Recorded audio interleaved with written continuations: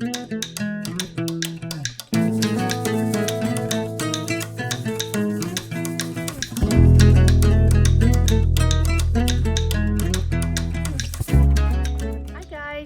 here with the Gray Wren Nest. This is my late June garden tour.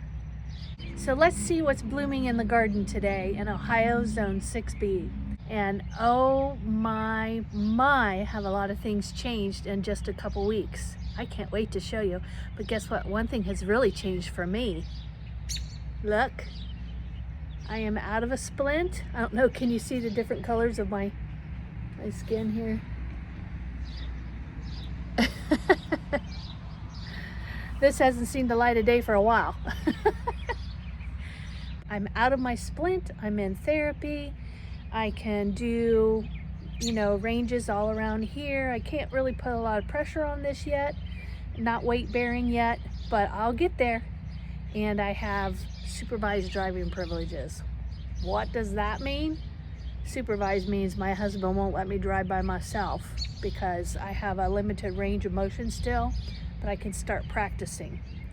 And then once I get used to it and how to compensate, I'll be good to go. So watch out, garden centers, because here I come. These Supertunia Mini Vista Whites have not disappointed. They are growing in garden socks. I did an earlier video on garden socks, so check it out. They grow about 6 to 10 inches tall and 18 to 24 inches wide at maturity. They're an annual except in zones 10 and 11. And really they should be planted in 4+ hours of sun. Mine are in all day sun. You usually should plant them between 12 and 18 inches apart for best results. I was in a bit of a rush to get mine to grow to look like this, so I planted them more like 5 inches apart. These beautiful plants are cone flowers. It is called Summer Song Firefinch. It's a proven winners brand. It is a part sun to full sun plant. I suggest full sun for best growth. I have one that's in part sun right in the center and it died. So instead of 9 plants, I have 8, and I'm gonna have a missing center one. But I might have to just hopefully replant it and see if it'll grow. Maybe I just got one that just wasn't as healthy. We'll see. But they grow 16 inches high and 18 inches wide. And I'm looking forward to it. I know maybe the first season they won't get as big as that. But can you just imagine from my house view, these would be a nice backdrop to those Supertunias. You can see the beautiful buds on them. They will flower in summer and into the fall. I can't wait. Then on each side of my mailbox, I have one coral jade. It's called Rock and Grow sedum. And it gets 6 to 18 inches tall and about 30 inches wide at maturity. And I highly suggest you plant them in full sun. Here's something funny. If you look on the back side there, I have very few buds coming out, and on the front side I have a lot, and that's because this is the direction that the sun comes up. So it gets more sun on this side of the plant than the other side. Here's another example. Half budding, half not budding. But it'll catch up. Showing off in my island garden bed is this beautiful Clematis. 2 weeks ago they had lots of buds, and here they are opening up, and there's still a lot more buds to go. This is an absolutely gorgeous vining, flowering plant. Now, some people let this bloom and then just let it stay. And I am not a big fan of browning buds and browning leaves. So once this is all bloomed out, I actually cut it about 6 inches above the ground, and believe it or not, it will grow again like this and bud again like this. I just took a chance because I couldn't stand the dead vines. So if you have one of these, I don't know if you want to give it a try to see if you can get yours to rebloom, but mine sure does. And if you follow along this rest of this season, you'll see what I mean. Look at this. Perfection. Also showing off in this front flower bed is my absolute favorite rose, Calypso Rose from Easy Elegance. I love this plant. Look at the different colors. It grows 2 by 2, so it stays nice and compact, more like a hedge. You need to plant it in full sun, and it will bloom starting in a coral color, and the foliage is dark green, but then it fades to these lighter pinks, and look how it gets spotted. That's my favorite part. Moving up to the corner of my house is my beautiful First Editions Vanilla Strawberry Hydrangea Standard, and when this starts blooming, oh my gosh, it takes my breath away. I love this tree. It's about 5 years old now, and look, it's starting to bud. Oh my gosh, my heart just sings when I see this. Do any of you get that same feeling when you start seeing your buds? My husband just rolls his eyes and thinks I'm crazy, but it brings me such joy. Look at those, they're so nice and healthy. The leaves are beautiful and green. This hydrangea is in growing zones 3 to 8. And at mature height, it'll be 6 to 7 feet tall. I'd say it's probably 6 feet right now. And at mature spread of 4 to 5 feet wide. And I would say, gosh, it's darn close to 5 feet already. But I do trim this back.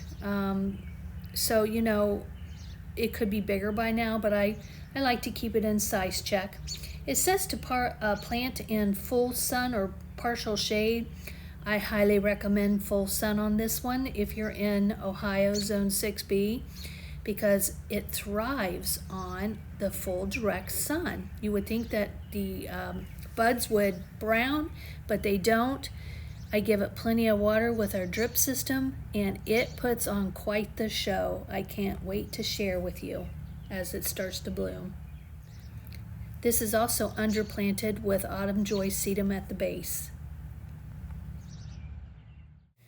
My Karl Foerster grass is showing off, and look at these beautiful plumes. They start out light pink, and then they go to more of a maroon. I love this grass. These started out as 3 small plants, and as they matured over a couple years, I divided them again into a total of 9 and put them around the base of this basement dwelling. I should say exit out of the house. And it blooms midsummer into late fall, and these beautiful plumes will turn into a brown weedy color, and I adore it. Moving on down the east side of my house, showing off at this time of the season are my Bobo hydrangeas and my little Quickfires. This one's my Bobo. Look at those gorgeous little buds. Oh, be still my heart. I love them. And the leaves are still nice and green. Now I am a little worried here because we have had so much rain. Of course, I turn my drip system off when it rains like this. But I can't control Mother Nature, and I am praying that I can avoid black spot on these because we have been oversaturated with water. Time will tell.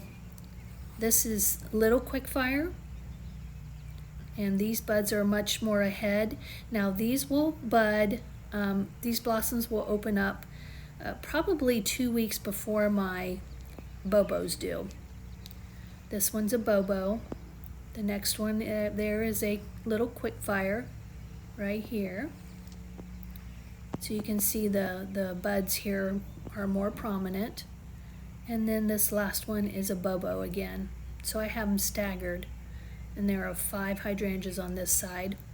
And aren't these beautiful shrubs? I love the chartreuse color of these. So I was lucky enough to be home last night when the sun was shining just right to get a really good picture of the backyard. It's usually very hard to see because it's shaded most of the day. Take a look at these Hoopla Vivid Orchid Supertunias that are underplanted with the Hydrangea standards. And take a look at these ferns on the balcony. It's really hard to understand how big they actually are because, you know, from this point of view, it's deceiving. But I'll take you up on my back porch so you can see just how big and beautiful they are.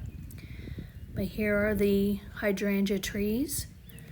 2 evenings ago, we had a major storm roll through our town. 60+ mile-an-hour winds. Oh wow, I was worried, but my pot stayed straight and tall. My flowers haven't drooped yet.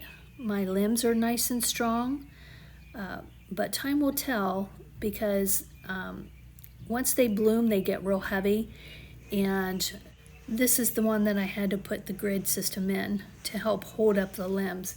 You can see the lower limbs did droop, but they were underneath the grid system. They grew down instead of up and through.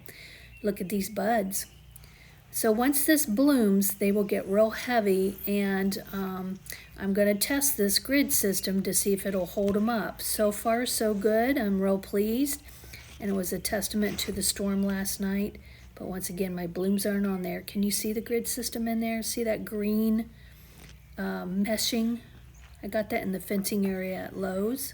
It's just a soft, pliable green mesh, big enough for the branches to grow up through.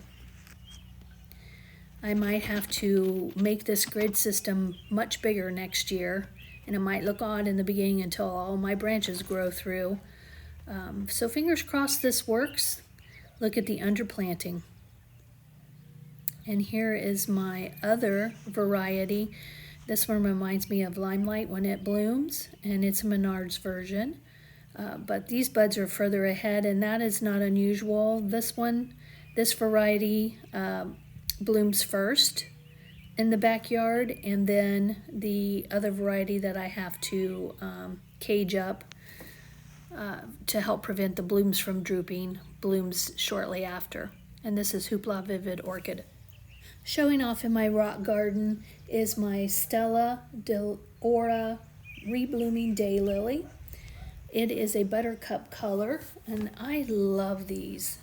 You can take starts of these and put them anywhere, and they will look like this the next year. They are just beautiful performing plants, and the zone is anywhere from zone 2 to 9, so you can't go wrong with that.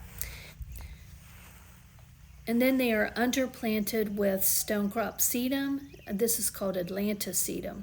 Isn't it gorgeous? And this is the view at the top of the hill.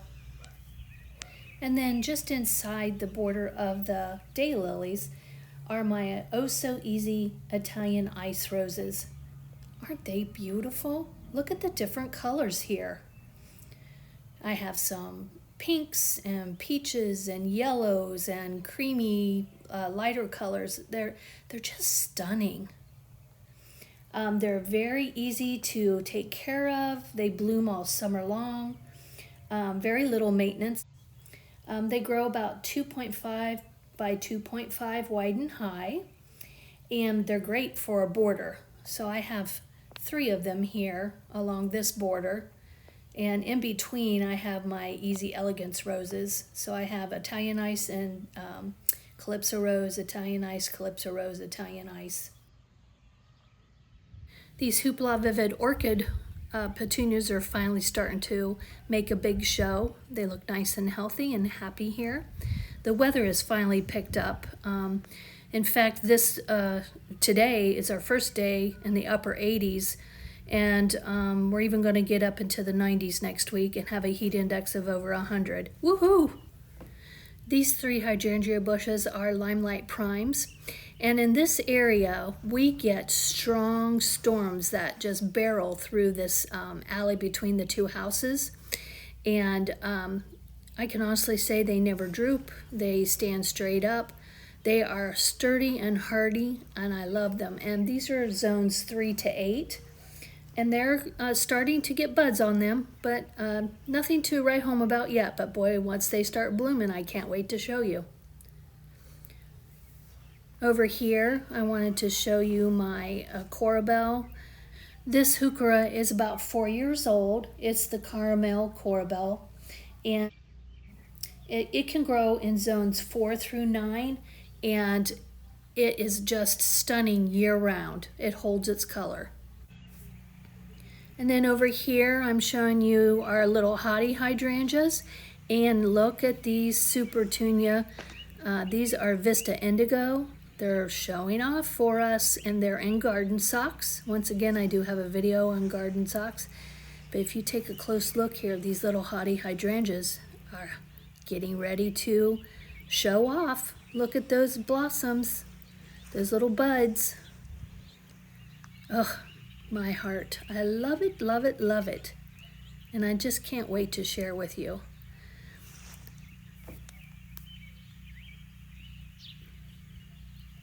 And here is another side view of the garden socks with the Supertunia Mini Vista Indigo. They're loving their life. I always make sure I capture this corner because I have my purple petunias. I have a little lime punch hydrangea there that's going to be blooming soon. And then my Jazzberry, my Vista Jazzberry with white Gara and the self-watering pots. How stunning.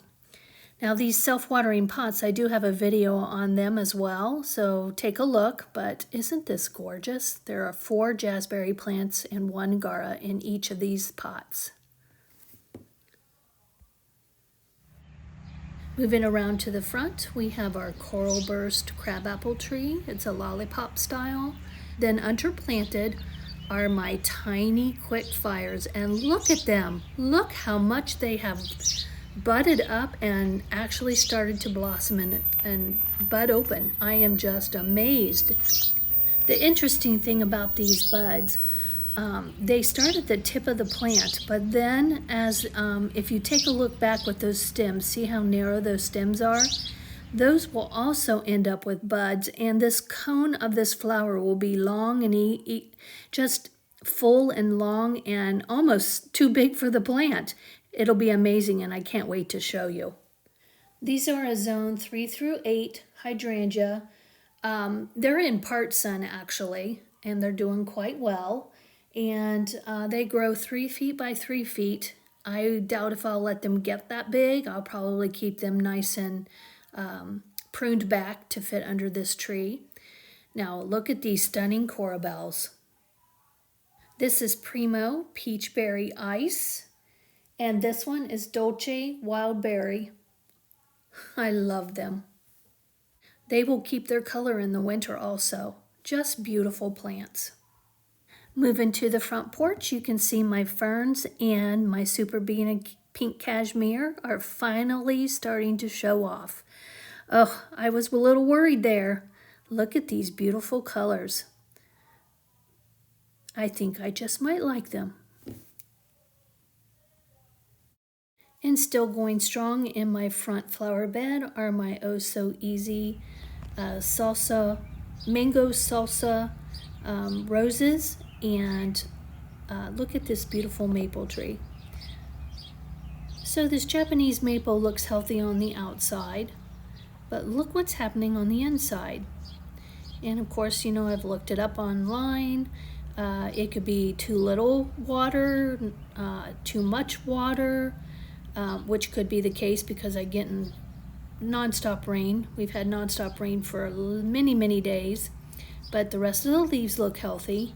I'm thinking maybe it's some type of a disease. So if you are a Japanese maple expert out there and you know just by looking at this and you can help me out, I sure would appreciate some advice here.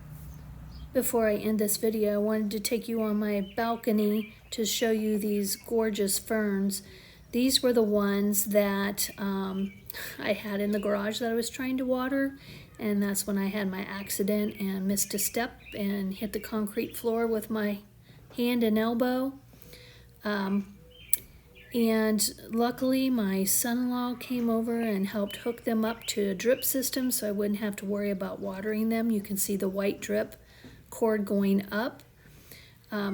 Next year when I have a better handle on it, I'm going to hide the dripping along my railing there and then up the post and then down into each basket. But you know, I'm certainly not going to look a gift horse in the mouth. He fixed it up this way and it's working and they love it. Aren't they gorgeous?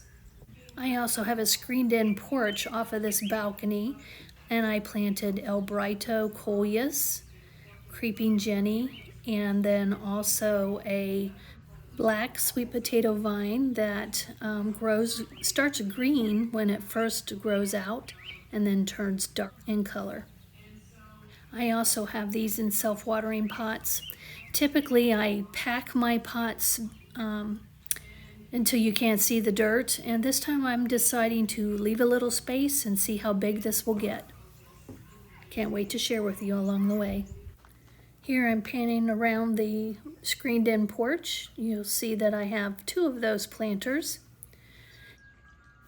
Then I also made a do-it-yourself water fountain out of Michael Carr's pottery. I was lucky enough about this time last year at a local garden center to find these pots on sale. They were 50% off, and I just couldn't pass it up. And so I brought them home and made them into this lovely fountain. I did do a separate video on this fountain, so if you're interested in learning how to make this, please hop on over to that video. I hope you like this one. Don't forget to like and subscribe, and I'll see you in the next video.